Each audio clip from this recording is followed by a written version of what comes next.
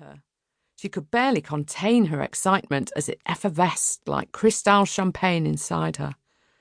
Several months ago, Paddy would have popped those bubbles for her with a verbal put-down or a physical slap. "This is my latest entrepreneurial vision, Frank, and you're helping me do it. Come and look." Opening the laptop on the bar, she brought up a brightly coloured website. Photo after photo of beaming, attractive, wholesome-looking couples holding hands, kissing, embracing.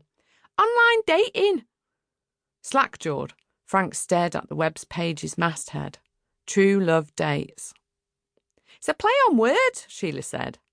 "True Love Dates instead of True Love Waits. Get it?"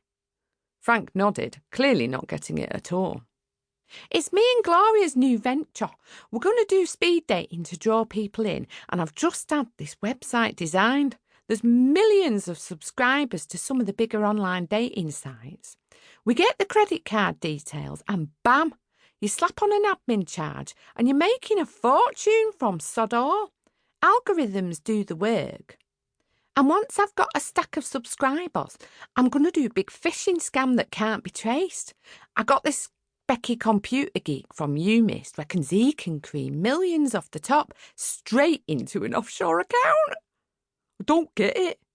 "It's the dark net or some shit, Frank," she said, savouring the thrill of her racing pulse and the endorphins that momentarily almost snuffed out the stress of Ellis James and the tax and the annoying CCTV cameras that saw everything. "This is the future. It's so good because it's almost legal." She tapped her nail extensions on the gleaming reinforced glass bar for emphasis. "And sophisticated. The setup costs are sod all, and me and Gloria get to spread a little love into the bargain.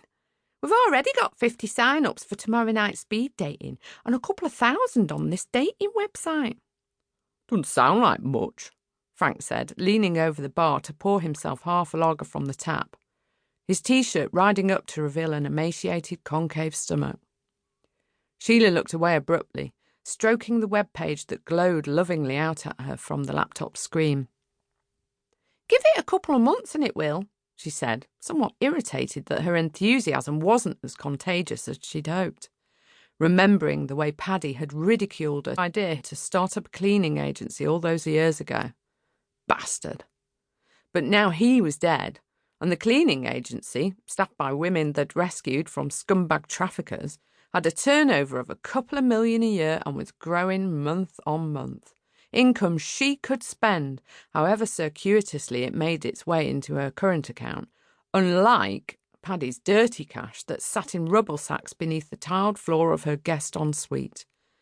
"I know what I'm doing, you know, same as you knew what you were doing when you bought this place, Prank."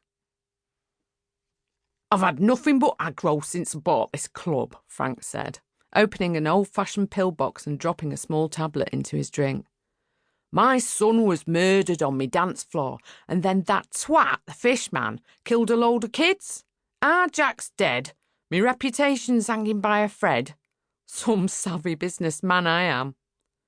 "But that was all down to Paddy," Sheila said, rubbing Frank's bony shoulder as a gesture of solidarity, though he shrugged to get away from her touch. "And he's gone. You done well to get this place open again.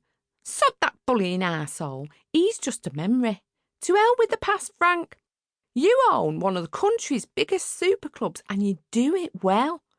All the outrage in the papers from worried middle-class parents made kids who were desperate for a walk on the wild side want to come back. Everyone else is edgy and cool. You're cool. Have faith in yourself, Chuck." Sighing heavily, the crow's feet around Frank's eyes seemed to deepen. The shadows on his face seemed to lengthen.